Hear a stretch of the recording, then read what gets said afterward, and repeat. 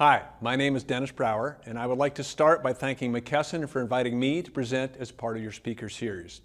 I'm pleased to speak to you today on the topic of agility, specifically the interplay between agility and servant leadership, the challenges and opportunities that arise from the decision to deliberately define and encourage agile leadership, not just for its own sake, but as a way to improve the experience for the people who work for companies like McKesson, and in turn for the customers they serve. As I was preparing for this event, I was reminded of an experience that I had as a young Navy flight officer. As you might imagine, in the process of turning raw material into combat aviators, the Navy puts its recruits through some pretty aggressive training. There are the obvious things like aviation safety, operation of the aircraft, navigation, etc. But what you might not realize is that everyone also gets an early taste of what it's like to be a fighter pilot, even if you have no interest in becoming one, by going through a series of flights called Introduction to High Performance Flight. 2 flights dedicated to exploring the mismatch between our physiologies, evolved over the eons to walk across the surface of the Earth, and the realities of modern aircraft, in which up and down are relative constructs and forces from 3 to 7 times the force of gravity are routine. The flights were flown in an airplane called the A4. Official name is the Skyhawk, unofficial name is the Scooter. A lightweight, highly maneuverable airplane, by which I mean it could turn on a dime, easily pulling 6 Gs. But more to the point, pilots said it was so responsive, you just needed to think about turning and it would react. You slapped the stick to one side, a movement of an inch or so, and the airplane would instantaneously rotate at a rate of 720 degrees per second. Yes, 2 spins a second, and reverse just as quickly. Mind-boggling. Now, pilots loved it, but for a new guy in the back seat like me, it was pretty intimidating. As I climbed into that back seat for the first time, I asked my seasoned and salty instructor pilot what the white scrape marks on the canopy were, and he explained to me in colorful, colloquial language that's totally not safe for work. That was where the helmets of prior students had bounced off the canopy as the pilot maneuvered during training flights. His advice: try to keep up and don't do anything stupid. Now, I still remember that advice so clearly. That airplane was designed to be one of the most agile aircraft ever invented. But for those of us who are new to it and constrained by the very real limits of our physiology and experience, the best we could do was try to keep up and not do anything stupid. That got me through that flight and prepared me for what was to come, but only because it was one point on a continuum of development. I and all my peers had to move beyond being queasy, airsick flight students to become seasoned professionals who remained calm and kept thinking under conditions we once thought too extreme to allow us to do anything more than just hang on for our lives. Our agility as aviators needed to match the agility inherent in the operating characteristics of the airplane we flew and the environment in which we were required to compete and win. So how does that translate into our current operating environment, the new abnormal? Because as I coach leaders, speak with managers, and work with organizations, I'm hearing that same message back over and over again. 2020 isn't evolving to any kind of new normal, it's a new abnormal, in which the assumptions that we've taken for granted for years, decades in some cases, are routinely being challenged in ways we could not have imagined less than a year ago. It's all boiling down to a realization that our organizations need to be more agile, more able to absorb and respond quickly and appropriately to changes in the market, our supply chain, our operating environment. And that the organization and its relationships with customers, suppliers, and employees can only be as agile as the leadership of the organization itself. So agility is a new superpower that we all want and need. So with that in mind, let's start by taking a closer look at agility and what it really is. The common definition is the ability to move quickly and easily, or the ability to think and understand quickly. Now that sounds pretty positive, like something with staying power. And in fact, the concept of agility has been a feature of the English language for roughly 500 years. Today, we see it everywhere. We see it in nature. We admire it in sports. We look for it in business and organizations. We encourage it in personal behavior and leadership, and even work to implement agile methodology in the development of software and services. So, We can agree that agility overall is a desirable trait. It's often aspirational, but definitely desirable. But we can also see that it can come in conflict with current ways of doing things. So here's an example of what I'm talking about. Early in my career, when I was a product manager, an operations boss took pride in explaining this diagram to me. Services typically have three characteristics. They can be good, they can be fast, or they can be cheap. You as a product manager get to choose any two. So something that's good and fast won't be cheap. Things like VIP service, the star treatment that comes at a price. And something that's cheap and fast can't be good, like fast food. So got it? I mean, it sounds reasonable, right? Except the logic which defined agility in a prior age, choose the two you want to optimize for, fund and staff that effort and get after it, is now fatally flawed. We know this because good, fast, and cheap is everywhere, especially online. A Google search, Warby Parker, stuff on Amazon. There are far too many examples to even list. Okay, you say, but we aren't Google or Warby Parker or Amazon. What are we supposed to do with this challenge? And it is a challenge. Well, the first step towards understanding this conundrum, that agility now requires you to optimize for everything, usually boils down to a polarity. Two variables that we believe, that we know can't be optimized for at the same time, like being both low cost and high quality. Ultimately, agility requires us to shift from either-or language and perspectives to both-and solutions. But if we start by focusing on those variables, on that polarity, that impossibility, we'll probably never move beyond that point where we're stuck today. So the second step, once you've identified the polarity, is not to focus on the trade-offs, at least not initially. It's to focus on the end goal, to gain clarity around that vision. Now, this can be done by selecting a future point in time that you'd like to build towards. I'd recommend at least a year or two in the future. Now, that may be too far out for your business or your particular function, but it's important that whatever time you choose, it's far enough out so that it feels disassociated from the problems of today, so that you can ignore budgets, headcount, and customer challenges that you're dealing with right now. Every one of those active current issues is a red light to your future, and it's critical that this effort start as a green light exercise. If you're bounded by your current reality, that's the exact opposite of Agile, and your results will just be a rehash of where you're at already. Now, next up, imagine yourself and your organization in that future time and start asking questions about where you're at in that new reality. Projecting yourself into the future actually energizes the mental processes that you'll need to work your way through this challenge. Some great questions to ask are, how will our customers in the markets we serve be different from today? What new markets will we be in? How will our competitors have changed? What products and services will we have discontinued? What customers will we have lost and why? What new products and services will you have launched and which ones are the most successful? Now, these are challenging questions, and as you think them through, you'll create a working view of the future. Once you reach consensus around it, as you must, it's time to link that future back to today with a new set of questions. So if we're going to get there in 2 years, where do we need to be in 18 months, a year, 9 months, 6 months?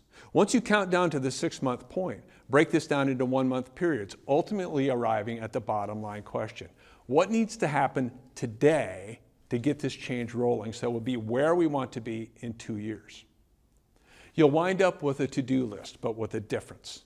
It will be an action list created within the context of your future aspirations, not just today's urgent problems.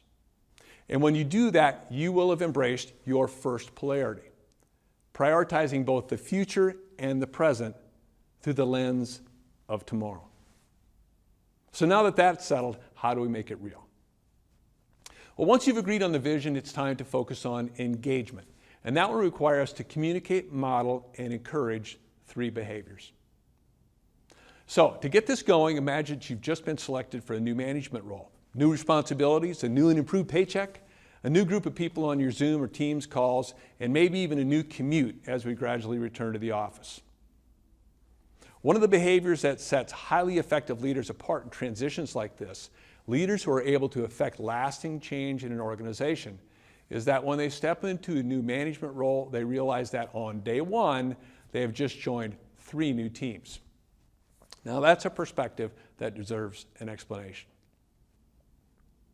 If you're in management, the first team, the easiest, most obvious team to think about is the group of people that you refer to as my team. These are your direct reports and the people who work for your direct reports. It could be 2 or 3 people. It could be hundreds or thousands or even tens of thousands of people in some of our larger organizations. But when we use the phrase, my team, that's what we tend to refer to. Now, the second team that you've joined is your boss's team, right? Because we all have a boss. Even if you're the chief executive, you've got a board of directors that you're reporting to, so we all have a boss. And in that role, I would suggest that we are followers. Now, some people quibble with that. There's a bit of pride that goes around declaring yourself as a leader and being reluctant to think of yourself also as a follower. But the fact is, you have just joined your boss's team, and in that role, you may be leading from below, but the fact is, you're a follower. So that's team number 2. Team number 3 is the one that's most often neglected. This is the team that really sets highly effective leaders apart in terms of their ability to impact an organization, to form a highly believable and worthy vision for the future, and to make that vision a reality. And that is the team of your peers. So as we talk about specific engagement behaviors, remember to think about them within the context of the 3 teams: yours, your bosses, and your peers, especially peers outside your boss's organization. If you can do that, you can become a point of reliable, agile strength in the organization. With that perspective, you can broadcast a consistent set of values through multiple relationships and take a thoughtful approach to the challenges that we face together. So now that we've done some work on our perspective, let's get on with the first agile skill, the one that when you both practice it and encourage it in your 3 teams will serve you and your organization well. It's listening. Active, composed, developmental listening. Now that may seem like a strange skill to emphasize as part of our focus on agile leadership, but it's a huge problem because although most people think they're good listeners, actual research shows that only about 10% of people in normal situations are what could be called good listeners. One of the biggest reasons is because when others are talking, when we think we're listening, we're actually preparing to speak, often solving problems for the speaker, even when we haven't been asked to. And since we're lousy multitaskers as humans, that means by a process of elimination, if we're doing something else, we're not listening. We are not registering and remembering information conveyed by others. The warning sign here, that you as a manager aren't listening but are actively problem solving with an incomplete set of data and a trivial understanding of the situation, which may not even be a problem, is when you hear yourself saying, wait, why don't you just? You've heard a few facts, maybe, have leaped to a conclusion, stopped listening, and started talking. So what a situation like this requires us to do is to break that habit of self-distraction and instead focus on something that I call undividing your attention. I'll warn you that it's a surprisingly tough skill to master. I went through a year-long training program for the Certificate Leadership Coaching from Georgetown University, a very challenging program in a lot of ways. And I'll tell you that the single most important skill that leadership coaches must learn to apply it and practice it over and over is to listen. That is simply to suspend judgment, to suspend problem solving, to suspend the process of preparing to speak, and to actually hear a person out. Now, focusing on undividing your attention acknowledges the fact that we're surrounded by applications, data, information, people, and events that all seek to attract our attention and by implication to divide it. We like to think that we can multitask, but the research that's out there about the human brain says we actually only really do one thing at a time. When we think we're multitasking, we're really switching quickly between tasks in a way that's exhausting and inefficient. The good news is that as daunting as this is, improving our listening skills is something we can tackle with a few new techniques. The first technique is to literally make eye contact, even on video, because once you make eye contact with an individual, it drops a barrier around listening. So many times we're looking around the room where we got one eye on a screen and one eye on the door. If you can literally just redirect that one physical habit and make eye contact, it's actually one of the real keys to being able to set yourself up to listen effectively. The second technique is noticing when you've deprioritized listening and are waiting to talk, frequently by problem solving, which is often signaled by an urge to interrupt the speaker with, "Why don't you just?" followed by a quick solution. At that point, when you feel that urge, try the technique known as mirroring. You can kick off breakthrough listening by occasionally repeating the last 3 to 5 words and asking, "Do I have that right?" It's been shown that the practice of mirroring turbocharges engagement and communications. The third and final technique for listening is to have a few favorite open-ended questions that can help propel a conversation forward. So instead of saying, "Why don't you just?" try, "And how would you like to handle that?" Or, "So what are you proposing?" Or, "What are your thoughts on how to do that?" In the process, you'll find that when you're really listening, questions will begin to bubble up. And all of a sudden, you'll be engaged in a rich conversation that you're both learning from. And that results in a more finely tuned, agile style for everyone. Okay, enough about listening. On to our second major agility skill. One of the most highly sought after and most satisfying aspects of a job occurs when we are permitted to operate with autonomy. But one of the most common complaints in organizations is lack of accountability. So how do we solve that polarity? Being able to grant great degrees of autonomy on the one hand, while simultaneously enforcing accountability on the other. The answer is in our second major agility skill, delegation. A lack of clear binding delegation drives one of our biggest problems, burnout. As I work with managers, one of the most common issues that I run into is overwork. Frontline leaders who are trying to do it all. They're running from meeting to meeting, have their hands in everything, and are pursued by a line of people who are trying to get a sliver of their time. At one level, to an outside observer, this might look like a need for control, to be involved in and maybe even run everything. But in many cases, it turns out to be something else. As I talk with managers about their approach to their work and the very real dangers of burnout, when the topic of delegation comes up, there's a common response that goes something like this. "Look, I would love to delegate more, but I honestly don't believe that my team is ready. I trust them as people, but I am not confident that they have the bandwidth or the skills they need to take on more. And until I'm confident that they're ready, I can't just throw them the keys and say, run with it. So I end up being dragged into everything, even though I know it's not sustainable." Now, in my experience, the real problem here is rarely confidence or trust. It's that delegation is thought of as an event, an all or nothing proposition in which full responsibility is delegated irretrievably from one person to another. The central problem is that management isn't fluent in delegation, which is the language of ownership and accountability. In reality, there are multiple levels of delegation, and achieving clarity around exactly what is meant by the term delegate can lead to improved accountability and more positive outcomes in an organization. Effective delegation requires that all of the involved parties are in agreement on exactly what is being delegated, why responsibilities are being delegated, and exactly what expectations are being set around decision-making, authority, and reporting. This is a negotiation that must be done before the commitment, not after. It establishes the rules of engagement and permissible ranges of action, also known as limits to authority. It's a nuanced management tool, and simply stepping through the discussion will drive immense clarity.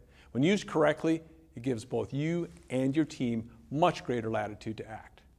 If your concern is, my team isn't ready, the natural follow-on question I have is, not ready for what? And by answering that question, you'll begin the process of clarifying who is authorized to do exactly what, and not just specific tasks, but entire ranges of action and responsibility. So instead of just saying, you've got this, think about these typical examples. When you're thinking of delegating authority for a specific project, are you asking a manager in your group to, 1, get information in return, 2, get information and decide, or 3, get information and act? As you think this over, remember that all of this is set in motion by asking the deceptively simple question, so who owns this? Done right, you will achieve that elusive combination of autonomy and accountability. So that takes us to our third and final skill for Agile leadership, which begins with a favorite question of mine. What could possibly go wrong? So why would I ask that seemingly loaded, pessimistic question?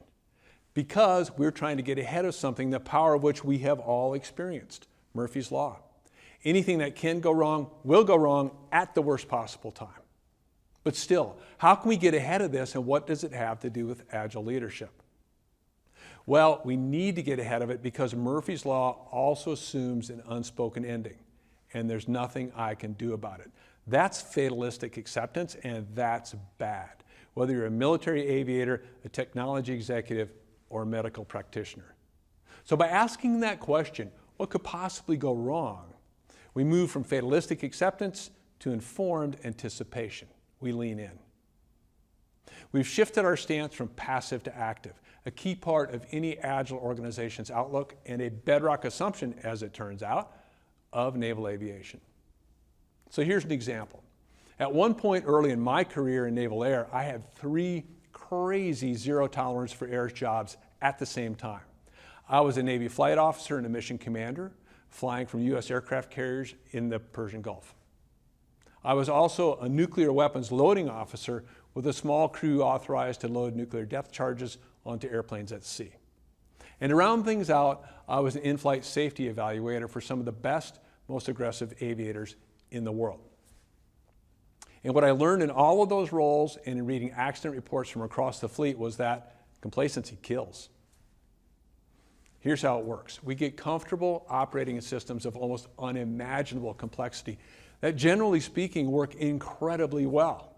We become confident in our skills and our ability to pick our way through a daily diet of risk. And over time, we survive a few close calls and we start to think we're better than we really are. Well, that's confidence. Well, actually, it's overconfidence, really. And that leads us to a false sense of security and stability.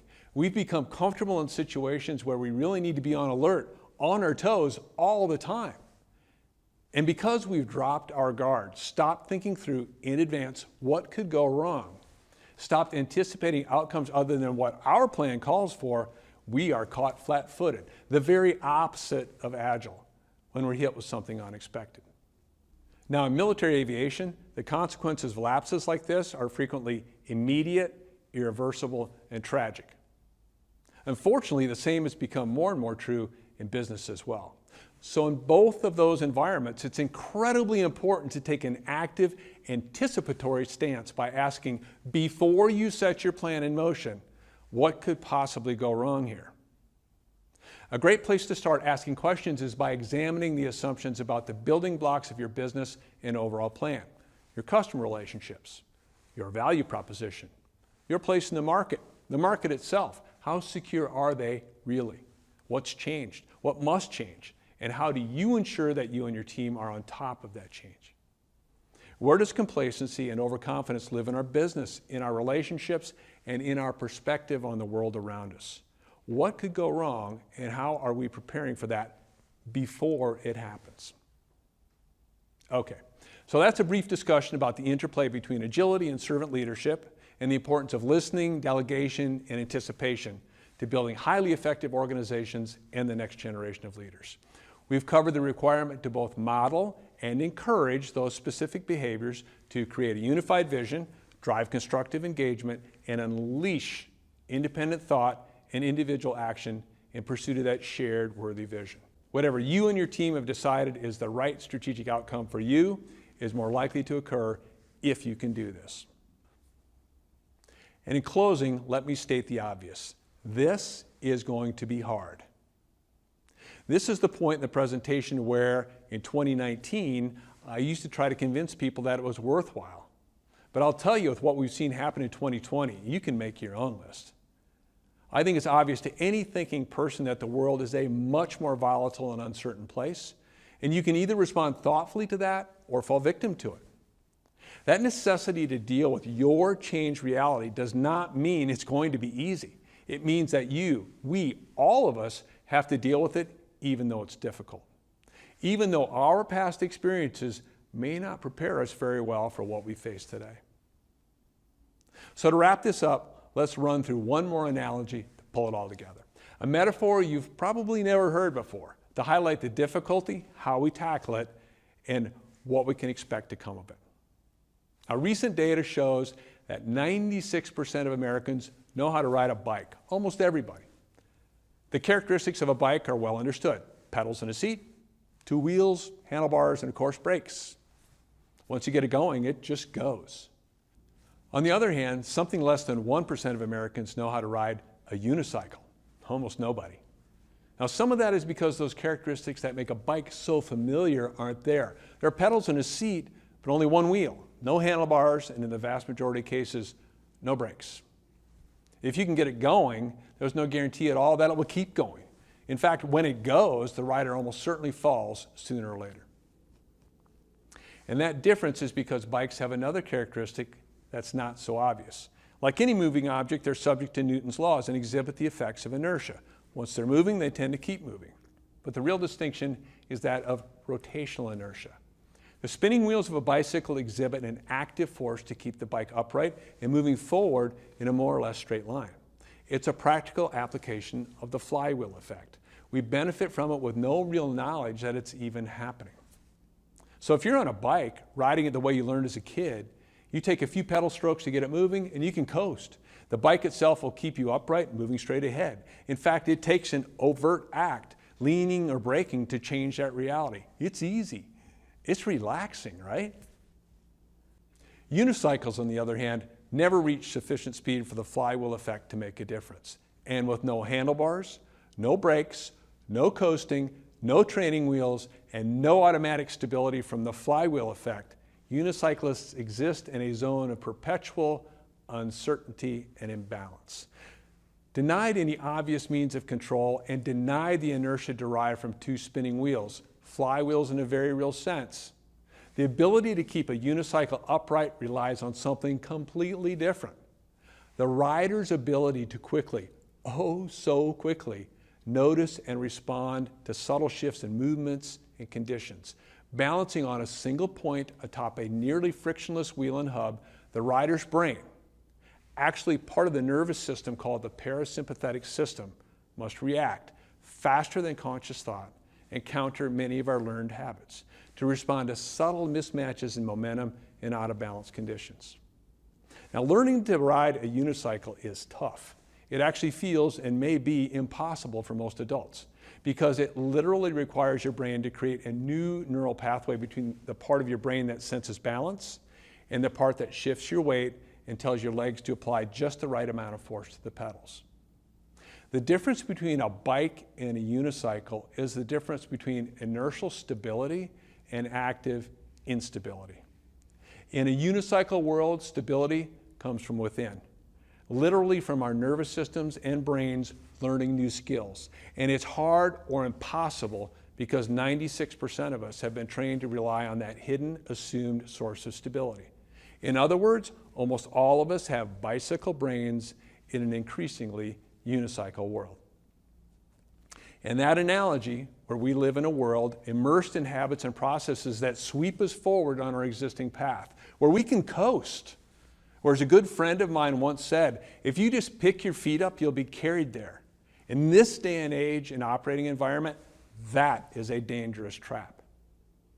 To help your teams develop and innovate, to be more agile, you've got to learn new, uncomfortable skills and apply them in small, consistent ways.